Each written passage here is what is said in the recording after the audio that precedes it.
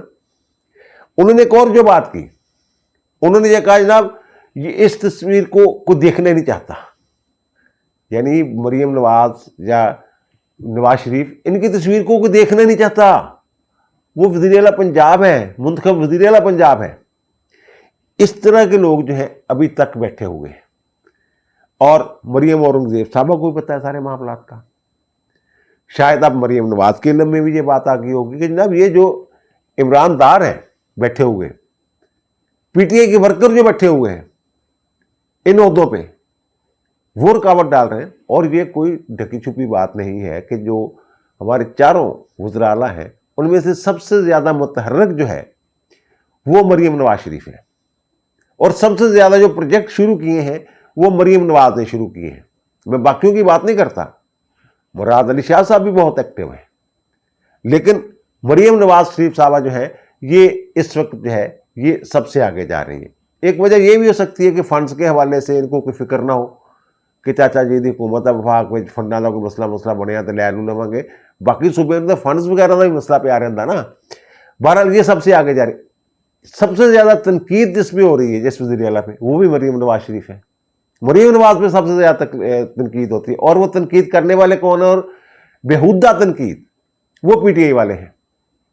اور اسی طرح کے صاحب جو ہیں یہ عاصم ممتاز صاحب ہیں، جو کہتے ہیں ہاں یار وہ تصویر لوگوں نے فائدہ کی، انہوں دیکھنے کوئی پسند نہیں کرتا پنجاب چ، اور لوگ کے پی کے لوگ جو ہیں پنجاب میں آ کے کہتے ہیں ہم یہاں بسنا چاہتے ہیں۔ یہاں جو موجیں ہیں، جو بہاریں ہیں، جو آزادیاں ہیں، جو لائف سٹائل ہے، وہ ہمارے وہاں نہیں ہے، اور یہ کہہ رہے ہیں کہ جناب وہ ان کو دیکھنا نہیں چاہتا۔ عجیب آدمی ہے یار، اب پتہ نہیں اس کے ساتھ کیا ہوتا کیا نہیں ہوتا۔ ہمارا کام تو یہ ہے کہ خبر جو ہے آگے پہنچا دینا۔ عاصم ممتاز صاحب ہیں جناب یہ manager coordination and monitoring, energy department, government of Punjab. واہ۔ اور دوسری جو بات یہ ہے کہ بلوچستان میں جو دہشت گرد ہیں انہوں نے 24 گھنٹے کے اندر 3 مختلف مقامات پر جو ہے وہ وارداتیں کی ہیں، اور بڑے پیمانے پہ وارداتیں کی ہیں، اور 37 کے قریب جو لوگ ہیں نا وہ شہید ہوئے ہیں، جہاں بحق ہوئے ہیں، اور ان میں 23 جو ہیں وہ مسافر بھی ہیں جو بسوں سے نکال کے جن کی جان لی گئی، اور پھر ٹرک جلا دیے، 10 گاڑیاں نظر آتش کر دیں۔ یعنی ایک عجیب و غریب ماحول جو ہے، ایسے لگ رہا تھا جناب بلوچستان پہ شاید دہشت گردوں کا قبضہ ہو گیا ہے۔ ایسی صورتحال، اس طرح کی خبریں جو ہیں وہ آ رہی تھی۔ بہرحال پھر جو جوابی آپریشن کیا ہے، صفائی کا آپریشن کیا ہے پاکستانی فوج اور جو ہمارے سیکورٹی ادارے ہیں، انہوں نے جناب 21 جو دہشت گرد ہیں وہ ہلاک کیے، اور 14 جوان جو ہیں جن میں 10 فوج کے اور 4 دیگر سیکورٹی فورسز کے جوان ہیں وہ وہاں شہید ہوئے، جام شہادت انہوں نے نوش کیا ہے۔ اچھا، اب یہ جو بلوچستان لبریشن آرمی بنی ہوئی ہے، یہ جو وارداتیں کرتے پھر رہے ہیں، یا یہ آپ کہہ لیں کہ بلوچستان کی آزادی کے لیے لڑتے پھر رہے ہیں یہ والے لوگ، یہ جو ہے، تو یہ جو جن کو فتنہ خارج قرار دیا ہوا ہے، خارجی جو ہیں، ان کے ساتھ ان کا گٹھ جوڑ ہے، ایک دوسرے کی سہولت کاری کرتے ہیں، ایک دوسرے کو پناہ دیتے ہیں، اور ان کے حوالے سے ہماری حکومت بھی یہ فیصلہ کر چکی ہوئی ہے، اور ہماری فوج بھی یہ فیصلہ کر چکی ہوئی ہے کہ ان کے لیے کوئی معافی نہیں ہے۔ اچھا، اب یہ جو بلوچستان میں جو وارداتیں ہو رہی ہیں، یہ جو بہت سارے ہمارے سینئر صحافی وہ کہہ رہے ہیں جناب جو اکبر بگٹی قائد اعظم کے ساتھی، ان کی 18ویں برسی پہ، یعنی اس کو ان وارداتوں کو جوڑا جا رہا ہے اکبر بگٹی کے ساتھ۔ اکبر بگٹی نے کیا بلوچستان کی آزادی کے لیے کوئی تحریک چلائی تھی؟ وہ قوم پر ضرور تھے، لیکن قومی دھارے کے لیڈر تھے۔ وہ بلوچستان کے وزیر اعلیٰ رہ چکے ہوئے ہیں، گورنر رہ چکے ہوئے ہیں، مرکز کے ساتھ ان کے ہمیشہ ہی اچھے تعلقات ہوتے تھے. وہ تو مشرف کے ساتھ جو وہاں وسائل کی تقسیم کا معاملہ تھا، رائلٹی وغیرہ کا مسئلہ تھا، وہ جو ان کے علاقے میں معدنیات اور سوئی گیس وغیرہ کے پرابلم تھے، اور وہ سوئی گیس کی گاڑیوں پہ انہوں نے قبضہ کیا ہوتے، اپنے استعمال میں لاتے تھے. اور پھر مذاکرات کا وہ ڈول ڈالا گیا اور پتہ نہیں کیا کیا ہوتا رہا. اور پھر مشرف نے کہا جناب میں ایسی جگہ سے حملہ کروں گا کہ تمہیں پتہ بھی نہیں چلے گا، اور پھر ایسا ہی ہوا. تو جس بندے نے اکبر بگٹی کو شہید کیا، پورے پاکستان میں کوہرام مچ گیا تھا. اکبر بگٹی صاحب کی حمایت میں لوگوں نے آوازیں بلند کی، اخبارات میں آرٹیکلز لکھے گئے. اور وہ جو بندہ تھا پرویز مشرف، وہ کہتا تھا میں اس کو غلطی مانتا ہی نہیں، میں نے جو کیا درست کیا. آخری وقت تک وہ یہ کہتے رہے. اچھا، وہ جو صاحب تھے جنہوں نے ان کے قتل کا مقدمہ بھی مشرف کے خلاف درج ہوا، اکبر بگٹی صاحب کے قتل کا مقدمہ مشرف کے خلاف درج، اور پھر اگرچہ انہیں آرٹیکل 6 کے تحت سزائے موت سنائی گئی جو سپریم کورٹ تک جو ہے وہ برقرار رہی، اور پھر سزائے موت تو ہوئی نا، انہیں اپنے انجام تک تو پہنچا نا ایک آمر، ایک ڈکٹیٹر. اچھا، اب ان لوگوں کا کیا تعلق ہے ان کے ساتھ، بگٹی صاحب کے ساتھ؟ ایک بات. اور دوسری بات یہ کہ یہ جو پچھلے 6 ماہ سے نا جو فوج ہے، ہمیشہ یہ فوج پہ الزام لگتا رہا ہے کہ جناب وہ بارڈرز پہ ایران کے اور افغانستان کے جو بارڈرز ہیں نا، وہاں سمگلنگ کرواتی ہے. اور انہوں نے جو موجودہ آرمی چیف ہے، انہوں نے بہت ہی سختی کے ساتھ اس کام کو روکا ہوا ہے. اور یہ جو مافیاز ہیں نا، جو سمگلنگ میں ملوث ہیں، جو جرائم پیشہ لوگ ہیں، ان کے پیچھے وہ ہیں، ان کے پیچھے فتنہ خارج ہے، یہ لوگ ہیں. اور ان کا مطمع نظر پتہ کیا ہے؟ یہ صرف بلوچستان میں انریسٹ پیدا نہیں کرنا چاہتے. یہ میں پہلے بھی بار بار یہ عرض کر چکا ہوں کہ جو گوادر میں ہم نے شروع کیا ہوا ہے سی پیک پروجیکٹ، جو شروع کیے ہوئے ترقیاتی، اور بندرگاہ والا جو معاملہ ہے، اور ایئرپورٹ بن رہی ہے وہاں پہ، انٹرنیشنل ایئرپورٹ بن رہی ہے، تقریباً مکمل ہے. تو ان کو تکلیف اس کی ہے. کبھی چینی انجینئر جو ہیں ان کے پیچھے پڑ جاتے ہیں، قتل و غارت گری شروع کر دیتے ہیں، اور پیغام یہ دیا جاتا ہے چائنا کو کہ جناب یہ جو آپ ادھر آ گئے ہوئے ہیں نا پاکستان کی ترقی کے لیے، تو یہاں تو جناب یہ قتل و غارت گری ہوتی ہے، یہاں آپ امن سے رہ ہی نہیں سکتے، یہ پروجیکٹ مکمل ہی نہیں کر سکتے. اور جو سی پیک کا سب سے زیادہ درد ہے، تکلیف ہے جس کو بندے کو، جس ملک کو، وہ امریکہ ہے، اور پھر اس کے ساتھ بھارت ہے. اور یہ جو بی ایل اے وغیرہ اور فتنہ خارج ہے، ان کے جو تانے بانے وہ جا کے بھارت سے بھی جڑتے ہیں، راہ سے بھی جڑتے ہیں، امریکیوں سے بھی جڑتے ہیں. سب کو پتہ ہے نا یہ. اور دوسری بات یہ ہے کہ یہ جو مسئلہ تو ہے بلوچستان کے حقوق کا، یہ کبھی جو مہرنگ بلوچ اور یہ وہ لوگ جو ہیں، اور وہ جو یکجہتی بلوچ یکجہتی والے ہیں، جن کے بارے میں ہماری فوج جو کہتی ہے یہ ان کے سہولت کار ہیں دہشت گردوں کے، تو وہ کوئٹہ میں ان علاقوں میں جہاں بلوچوں کی اکثریت ہے، وہاں کیوں نہیں دھرنے دیتے، وہاں کیوں نہیں جلوس نکالتے، وہاں کیوں نہیں احتجاج کرتے؟ آج آ کے ان کو گوادر ملتا ہے، جس کا دل کرتا ہے منہ اٹھا کے چلا جاتا ہے گوادر. اور اس کا مقصد پتہ کیا ہوتا ہے؟ ایک پیغام دینا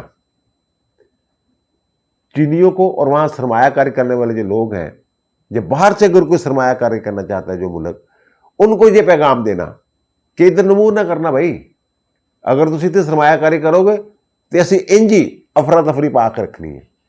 ان گل سمجھو. یہ بگٹی صاحب نے ادا کی تعلق جڑے دہشت گرد نے جنہیں وارداتاں کیتیاں انہوں نے، ایک گوادر سی پیک اصل میں نشانہ ہے گا. اور گوادر جڑا وہ بلوچستان دا حصہ کداں ہو گیا؟ یہ گوادر کی جو تاریخ ہے، بہت سارے لوگ آپ جانتے ہوں گے، آپ کے علم میں ہوگا کہ جب فیروز خان نون جو ہیں وہ وزیر اعظم تھے پاکستان کے، یہ تو ویسے بہت شروع سے ہی 1949 سے ہی یہ والی جو گوادر کی جگہ ہے نا، یہ پاکستان اپنے لیے حاصل کرنے کے لیے کوشاں تھا. اور اس کے لیے ایک وائٹ پیپر بھی تیار کیا گیا تھا. وائٹ پیپر کی تفصیلات میں آگے جا کے بیان کرتا ہوں. یہ گوادر جو ہے یہ تو بلوچستان کا حصہ نہیں تھا. یہ گوادر جو ہے یہ تو جو کلات تھی، ریاست کلات، اس کا حصہ تھا. اور ہوا کیا تھا؟ ہوا یہ تھا کہ جو عمان، مسقط، وہاں کے ایک شہزادے، وہاں کوئی لڑائی جھگڑے شروع ہو گئے ہوئے تھے، اسی طرح وہ ریاست ٹوٹ پھوٹ کا شکار تھی. تو وہاں کے ایک شہزادہ جو تھا، جو شاہی خاندان کا ایک فرد جو ہے، وہ 1781 1781 میں اس نے پناہ لی آ کے والی کلات کے پاس.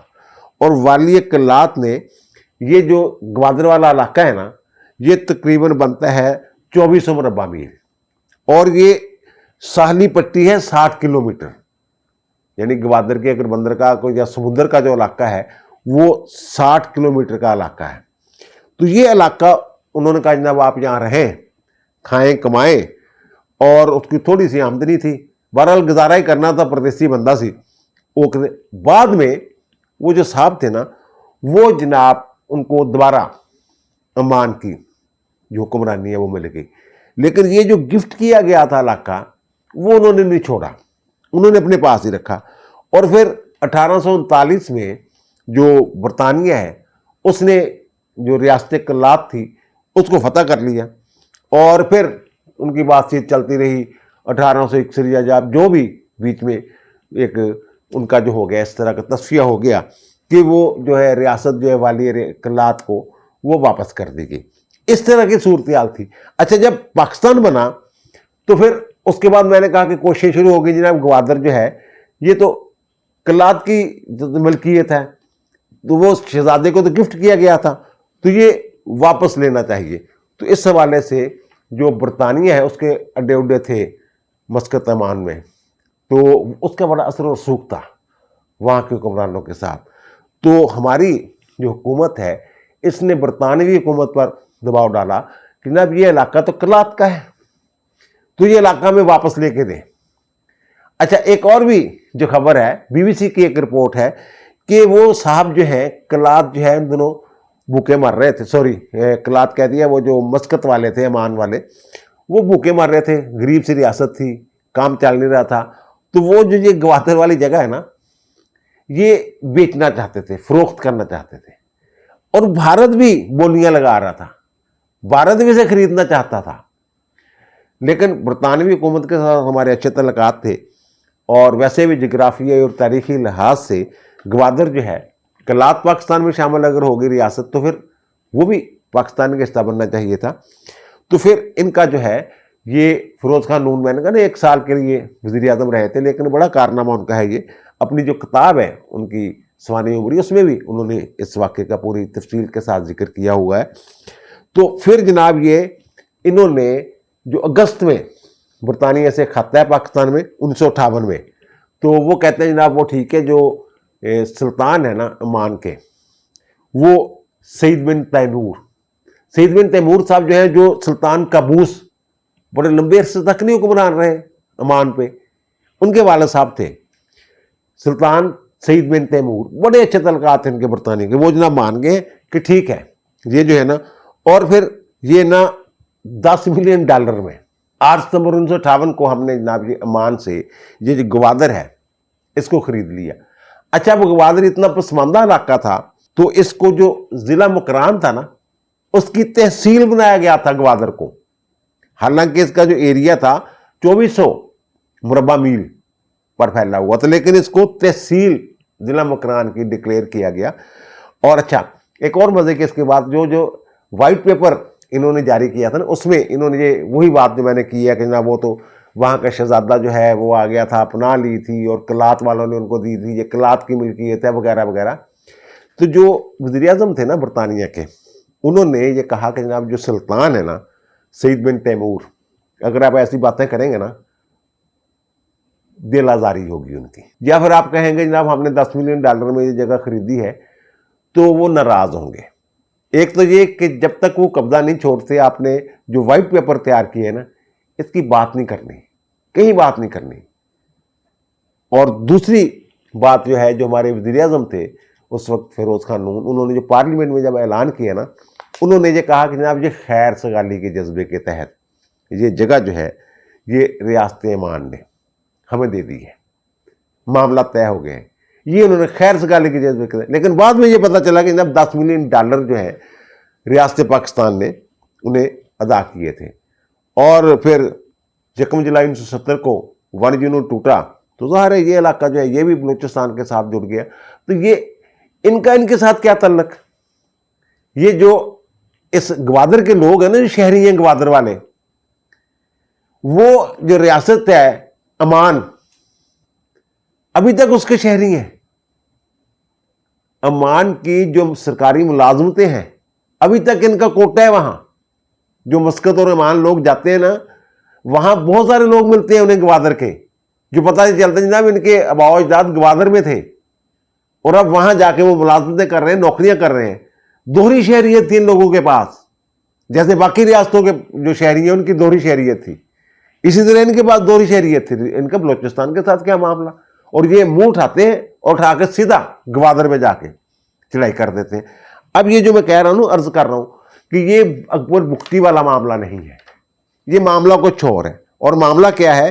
معاملہ یہ ہے کہ جو چائنا کی پیپلز لبریشن آرمی ہے، وہاں کی جو فوج ہے، اس کی جو بری افواج کے سربراہ ہیں وہ پاکستان کے دورے پہ آئے ہوئے ہیں. یہ بڑی اہم بات ہے، ٹائمنگ دیکھیے گا ذرا.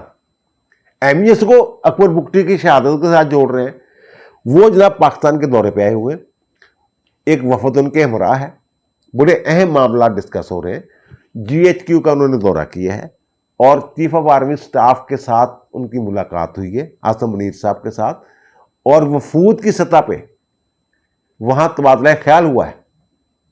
اور اس کے علاوہ ان کی وزیر اعظم میاں شہباز شریف سے بھی ملاقات ہوئی ہے. اصل میں بھائی صاحب یہ پیغام انہیں کو ہے، چائنا والوں کو، کہ بھائی جان تسی اتنے کتنے سرمایہ کاری کرتے پھرتے ہو، اسی تھوڑے پیر نہیں ٹکن دینے تھے، تھوڑا کھڑا نہیں ہون دینا.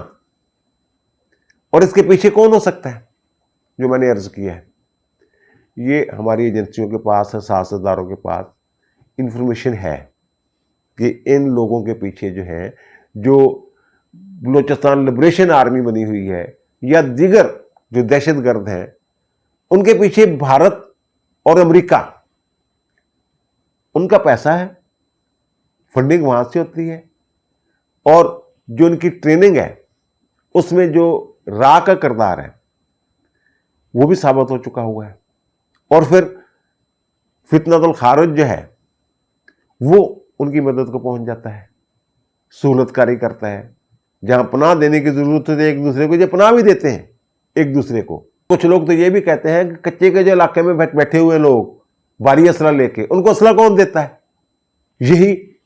اور ان سے اسلحہ لیتے بھی ہیں، دیتے بھی ہیں، اور وہاں جا کے بھی پناہ گزین ہو جاتے ہیں. اب میری اطلاع کے مطابق ایک بڑا آپریشن جو ہے یہ ہونے والا ہے. یہ جو سوچا جا رہا ہے نا جناب قومی دھارے میں لانا، یہ پرانی پالیسی فیض حمید والی اور عمران خان والی، وہ میرا خیال ہے، میری اطلاع ہے یار، وہ پالیسی جو ہے نا وہ اب تبدیل ہوگی. اب ان کا جواب پتھر سے دیا جائے گا، اور ان کے مکمل کما ہونے تک یہ جو آپریشن ہے نا ان لوگوں کے خلاف، خود جواز فراہم کیا انہوں نے، وہ جاری رہنا ہے. یہ نہیں ہے آپ روزانہ کی بنیاد پہ خبریں سنیں گے کہ اتنے لوگ جو ہیں ہلاک ہو گئے، اتنے لوگ ہلاک ہو گئے سیکورٹی فورسز کے ساتھ مقابلے میں. انشاءاللہ اللہ خیر کرے گا. پاکستان کے حالات جو ہیں سدا ایسے نہیں رہنے. ان کو بھی اللہ تعالیٰ ہدایت دے، عقل دے ان لوگوں کو بھی. آپ بھی دعا کیجئے گا. اب دیجیے مجھے اجازت، انشاءاللہ دوبارہ ملاقات ہوگی نئے ویلاگ کے ساتھ. اللہ تعالیٰ آپ پر، مجھ پر، ہم سب پر مہربان رہے. اللہ حافظ.